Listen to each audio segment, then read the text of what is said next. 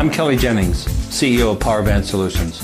PowerBand is a cloud-based provider of auction, inventory, and finance solutions that make buying, selling, and financing vehicles more efficient. PowerBand Solutions trades on the TSX Venture Exchange symbol PBX and on the OTCQB symbol PWWPF and on Frankfurt symbol 1ZV. For more information, please visit us at powerbandsolutions.com. Welcome to the Goddard Report. Comments made on the Goddard Report and TalkDigitalNetwork.com are an expression of opinion only. Here is Jim Goddard.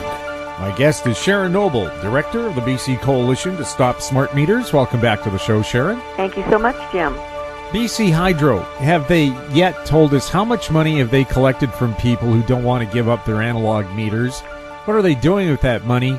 And have they proven that there are any benefits from having smart meters? Absolutely no to all of your questions. After many months of pushing and asking simply for an accounting of the amount of money that they have gathered from people who have opted out of the smart meter program, who have been allowed for a period of time to pay $32.60 a month to keep their analog meter, one that is working, one that is cheap, one that is functional, one that is not a fire hazard. I want an accounting. And nothing. There's nothing. I finally received an acknowledgement from BC Hydro that no, there's nothing. They did their final program review and report in March of 2016, and that did not include any accounting. It included a basis saying that, they came in within budget. Well, which, big deal, and the program wasn't over. The program wasn't over in March of 2016, and they came in within budget. They never gave a separate accounting. Neither did they give any accounting for the amount of additional costs that were incurred because people had opted out. They still haven't given this. In fact, their answer is, no, they don't have it. So I wrote back, and they said that they had provided the financial report, the final report, in March of 2016. So I wrote back and I asked exactly and explicitly, are you telling me that there is no accounting because nothing was in the March of 2016 report regarding this separate accounting? And they got back and said, no, there wasn't. Nothing's available.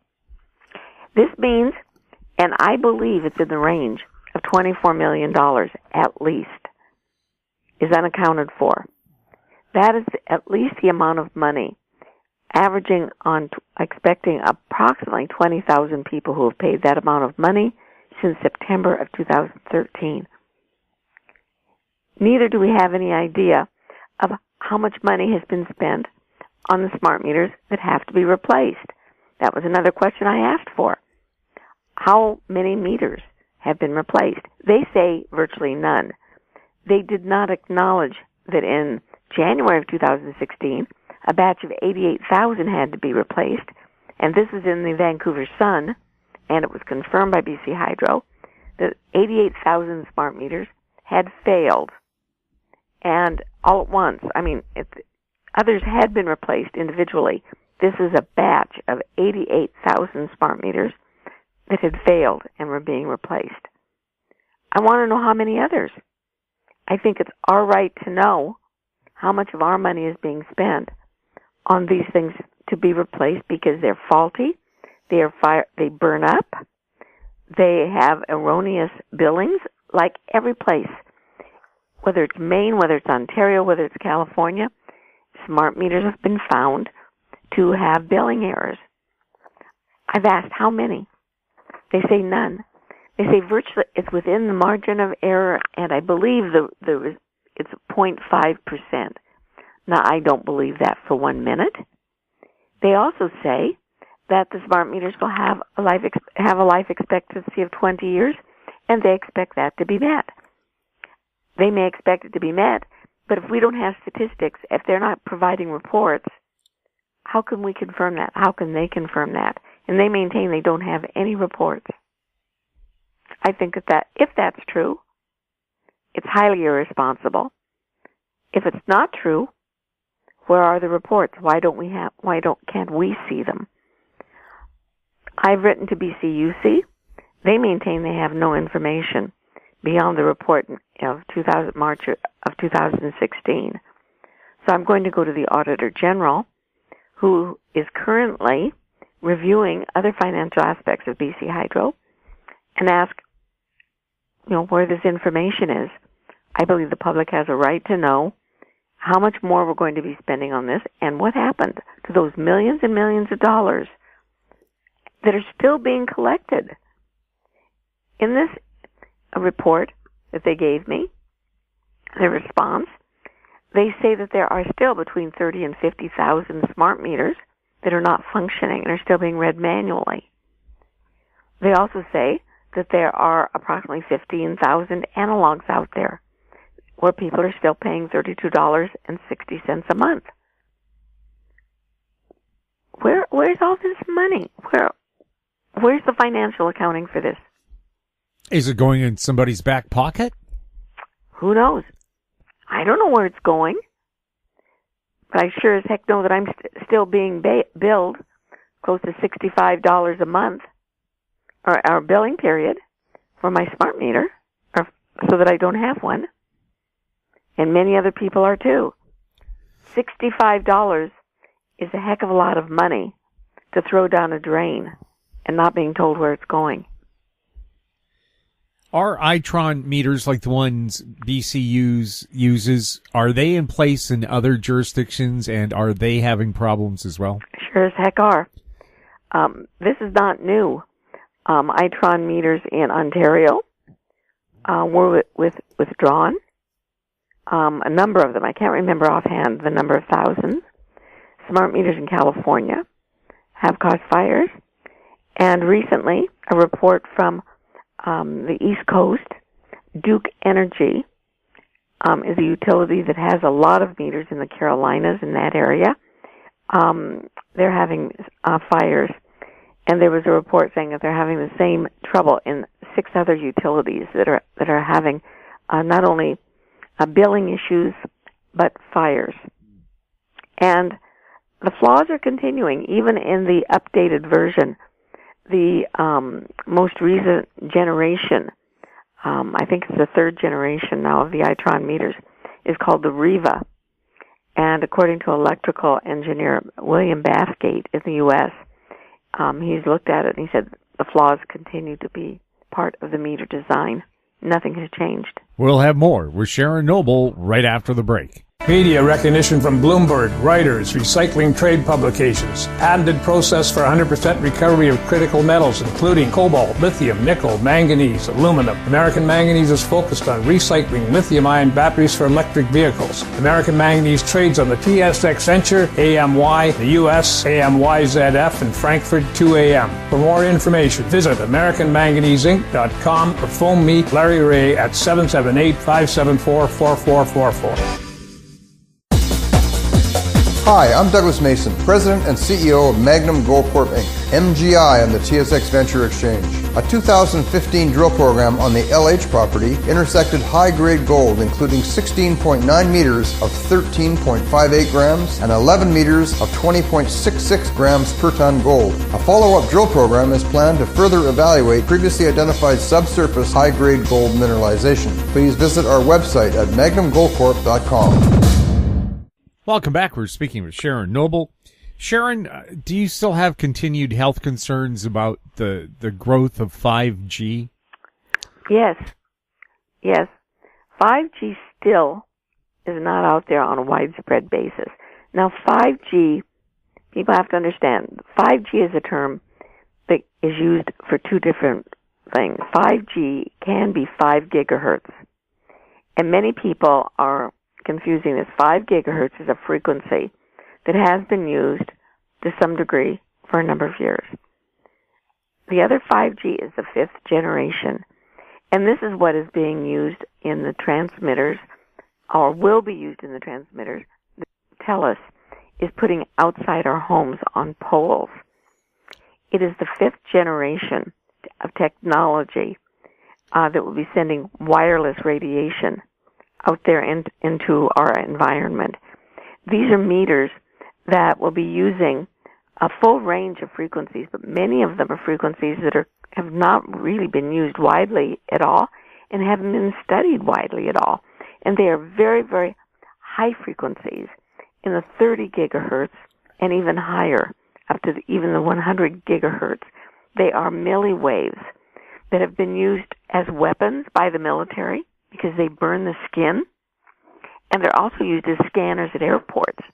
And there have been reports that people working around milliwaves, scanners at airports, are victims and suffering cancer much more frequently than they used to. People that were working just ordinarily there as the TSA agent, the cancer rate is increasing dramatically. There are absolutely no studies on the 5G yet. It's way too early, and the scientists need time, and they're asking for time to be able to do the studies. The few studies that have been done show that there are effects on the skin surface. 5G does not, the high frequencies do not penetrate the body as well as the lower frequencies do. Lower frequencies, like with the cell phones that we're using now and Wi-Fi, these go straight into the body, and that's why brain tumors and cancers and whatever.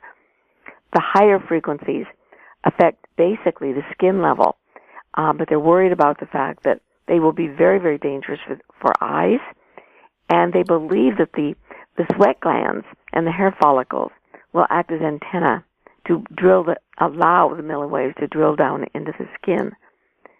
We don't know yet what the health effects will be, but scientists are very, very worried that they're going to be serious, especially since they're going to be very, very close to homes, and there are going to be a whole lot of them. Ontario is looking at banning cell phones in schools. Is that a good move? I think it's an amazing move, but what they're doing, which I really think is laudable, is that they're involving the parents.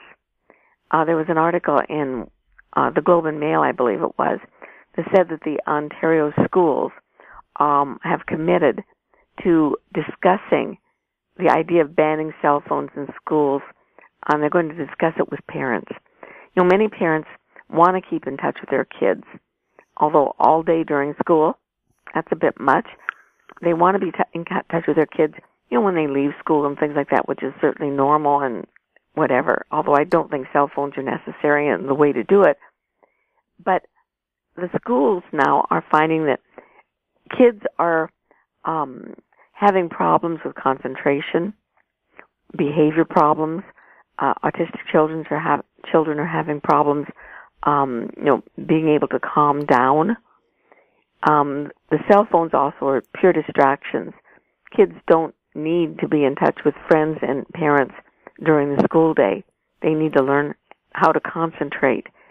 And I think this is wonderful. This is already being done in many schools in Europe. And I hope that we'll continue to have a discussion with parents about Wi-Fi in schools, because Wi-Fi isn't necessary either. And the Wi-Fi transmitters emit a very high level of radiation, just as cell phones do. And I believe children are far safer not being exposed to these 8 hours a day while they're in schoolrooms. We'll have more with Sharon Noble right after this. Arctic Star Exploration, operated by a team of proven mine finders, is focused on diamonds in Finland and the Northwest Territories of Canada. Work programs are underway in Finland and planned for Canada this summer. Arctic Star trades on the TSX Venture Exchange symbol ADD, on Frankfurt symbol 82A1, and the OTCQB symbol ASDZF. Please visit our website arcticstar.ca or call us at 604-689-1799. Don't miss out. Stay informed. Receive the HowStreet.com weekly recap with thought-provoking podcasts, radio, and articles delivered to your inbox. Sign up for the HowStreet.com weekly recap on our homepage at HowStreet.com. Welcome back. We're speaking with Sharon Noble. Sharon, are cancer societies paying enough attention to this, I call it microwave soup that we live in, cell phones and so on?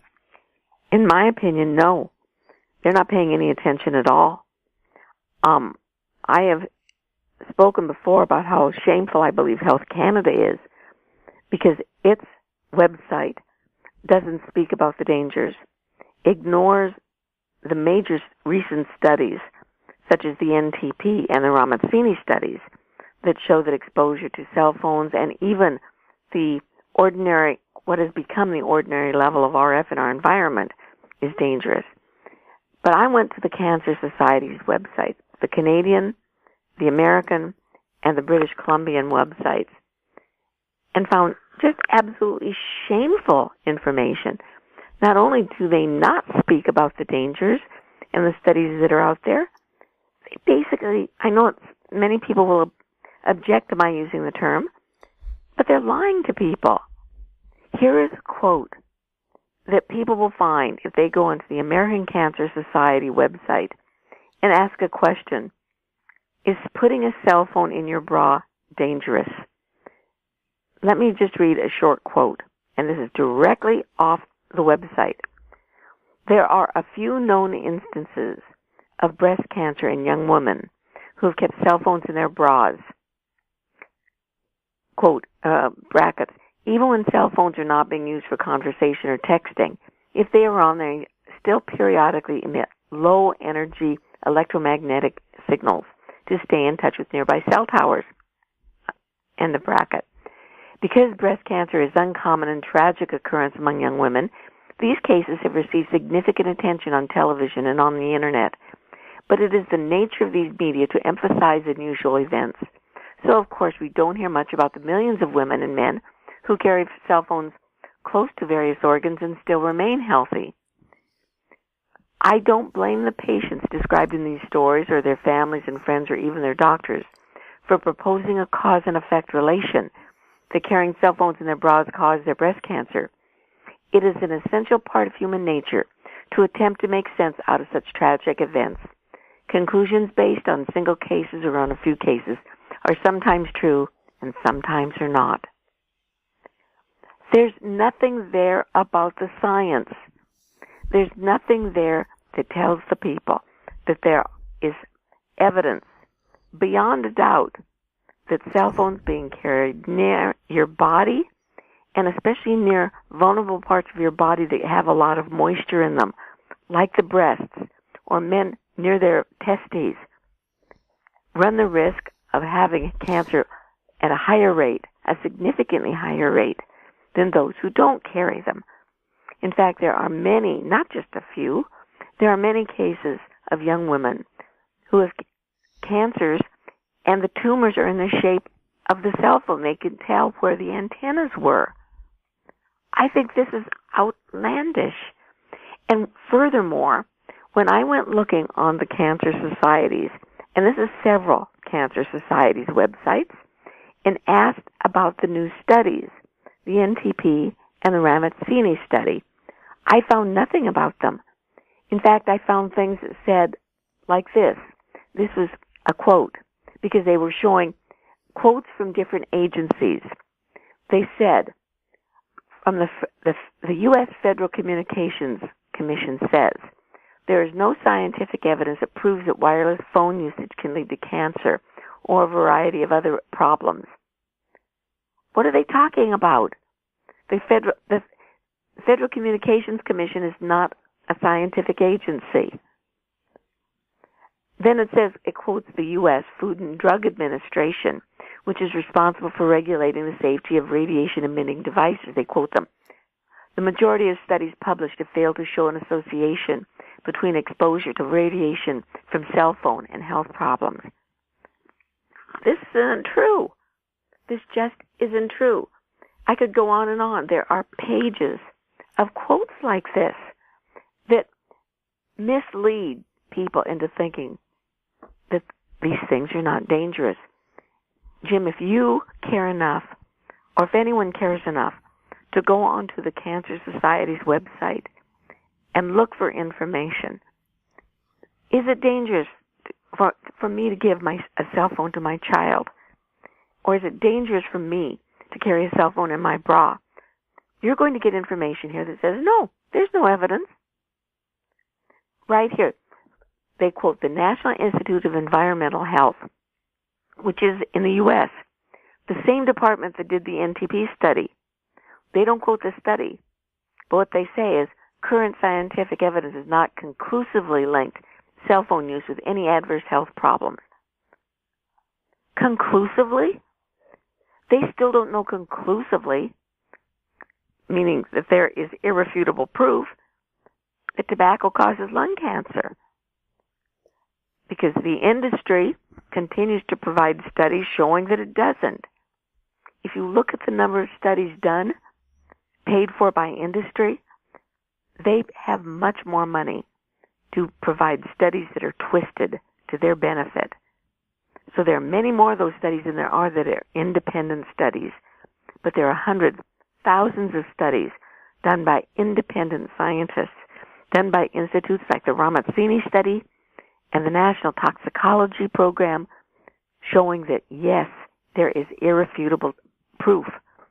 And in fact, the American Cancer Society even said in response to the NTP study that this is a game changer. This is, in fact, an important study that shows that cell phones emit a cancer-causing radiation. But it's not on any of the websites. I think this is unbelievable to me. And I, for one, am going to continue to ask people to stop donating to the Cancer Society. They are not being honest with people, and we have a right to say, I'm no longer giving money to you until you are honest with the people about the dangers of microwave radiation. I have to question, are they honest about other information on their websites? Why should I trust anything they say, whether it's about pesticides, whether it's about GMO, whether it's about any other thing that's on their website, because I know they're not being honest about microwave radiation. This is just shameful. Sorry for the tirade, Jim, but when people care enough to ask a question of these agencies, the agencies whose job it is to provide information and to protect the public, whether it's Health Canada, whether it's the Food and Drug Administration in the U.S., or whether it's the various cancer societies, I think we deserve to be told as much as we possibly can so that we can make an intelligent decision. But they're hiding the information from us. Have there been any court rulings about smart meters being invasive of your privacy? Well, there was an interesting court case in Naperville, Illinois recently. The people in the states are like we are.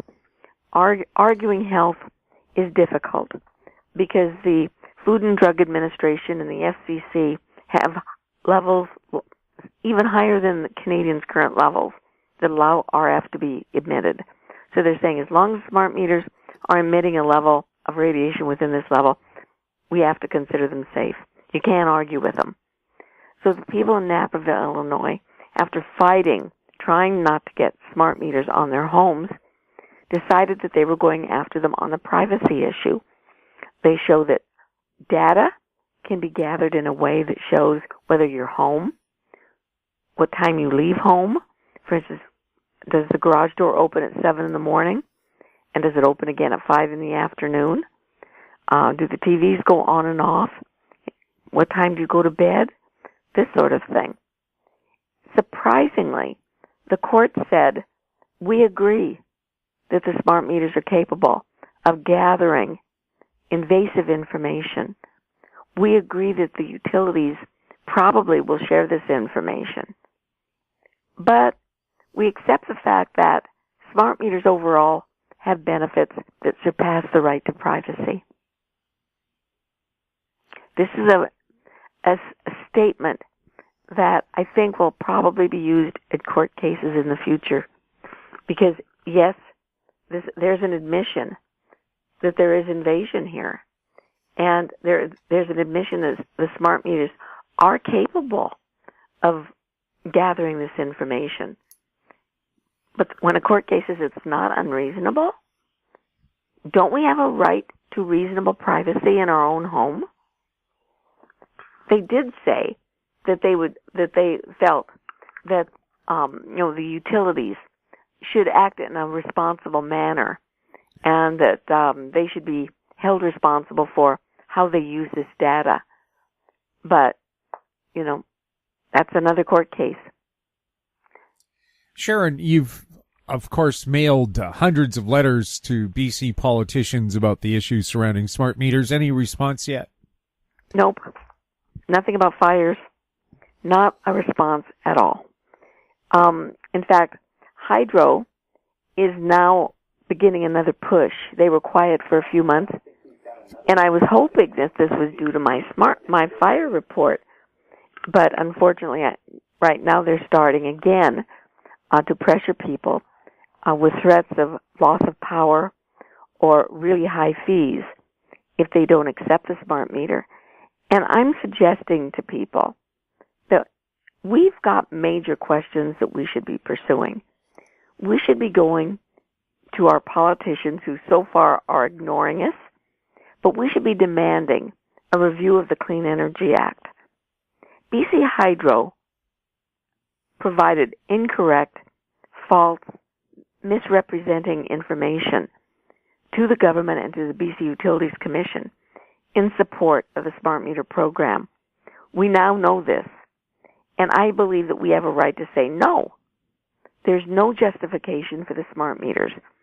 For instance, we were told, BCUC and the government was told, 1, Measurements Canada is requiring a new type of smart meter, a new type of meter, because they don't believe that the analogs are up to date and will do a good job. That's not correct. That's not true. I wrote Measurements Canada, and I asked them if they were requiring a change from the analog meter to a smart meter because they wanted new technology to be used. They didn't trust analogs anymore. And they said, no, that's not true. They don't care what type of meter is being used so long as it's accurate. Second, Hydro says that the that the analogs are no longer available. Well, first of all, most of these analogs in our home are still working accurately, and all they need to do is to recertify them to confirm that they're still accurate. This could be done, and most analogs could go on for another 30 years.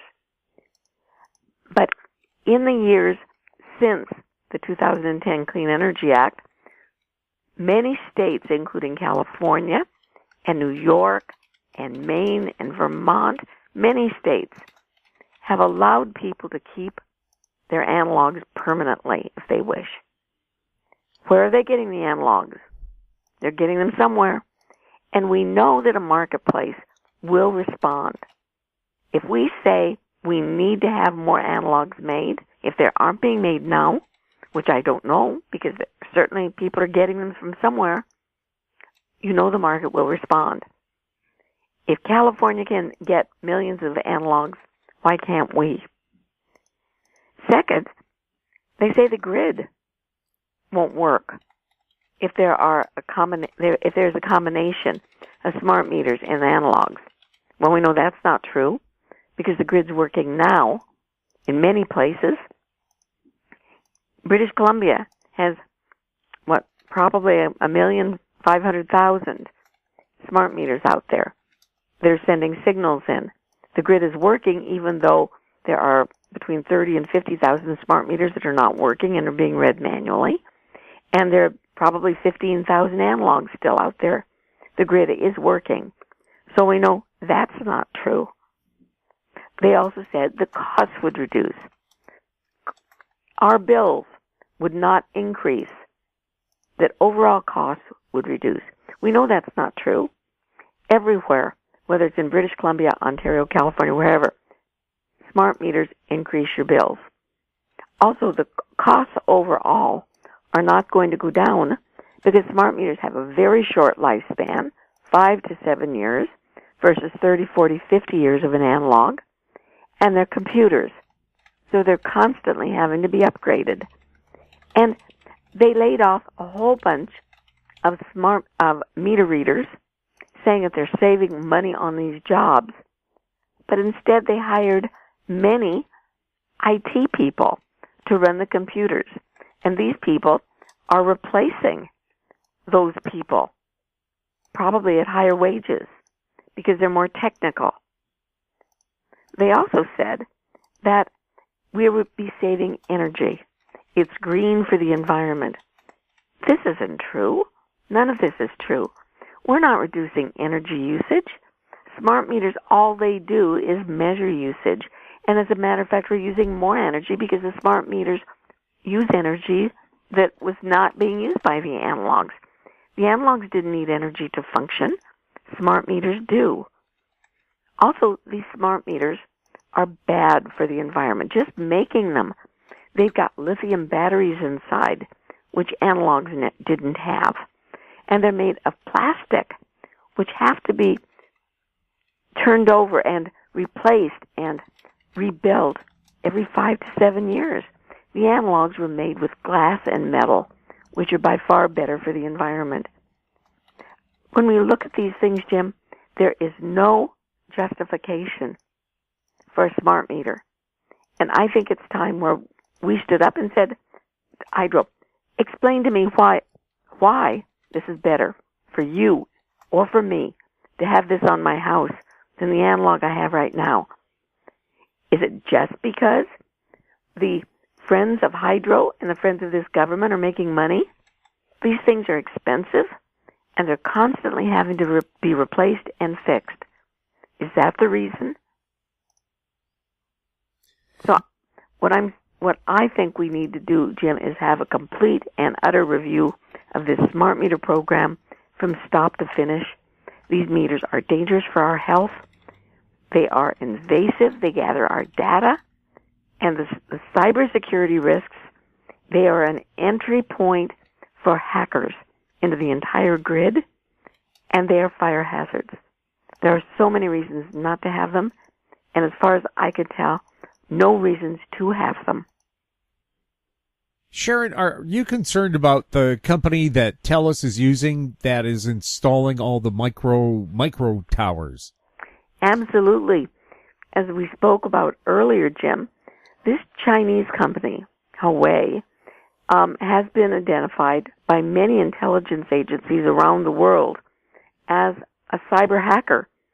They get in and they invade the grids. They have been guilty of espionage. They are an arm of the Chinese government. And many, for instance, the U.S. now is saying that they will not do any business with Huawei. Australia, the U.K. are saying the same things. Yet Canada is continuing to allow these things to be put on in transmitters outside our home. They are partners with TELUS. They are partners not only in developing the transmitters, building the transmitters that are being used by TELUS outside our homes, but they are also partners with TELUS in the grid pilots that are being started in Vancouver. So they are partners in the grid system as well as the grid components. We've written many letters to MPs, to MLAs, to the federal government, and as far as I know, no one has received a response. I received a response from TELUS saying, oh, there's no problem. We're very concerned with cybersecurity. There's no issue. That's not an answer. There is an issue. They are using a company that has already done cyber espionage, committed cyber espionage, has invaded grids around the world. Probably they've already invaded our grid. And we're offering them the doorway into it even more. We're widening that doorway. I don't think it should be allowed. And yet no politician that I know of has even responded to this threat. Sharon, is there a website people can go to get more information? They certainly can, Jim. They can go to www.stopsmartmetersbc.com. Sharon, thank you so much. It's always my pleasure, Jim. Thank you very much. My guest has been Sharon Noble, Director of the BC Coalition to Stop Smart Meters. You're listening to the Goddard Report on TalkDigitalNetwork.com. Find us on Twitter at TalkDigitalNet. Our YouTube channel is Talk Digital Network. Questions for the show or our guests can be emailed to info@HowStreet.com. I'm Jim Goddard. Thanks for listening. Comments made on the Goddard Report and TalkDigitalNetwork.com are an expression of opinion only. The Goddard Report is available online and mobile at TalkDigitalNetwork.com. The Goddard Report is a production of How Street Media Incorporated.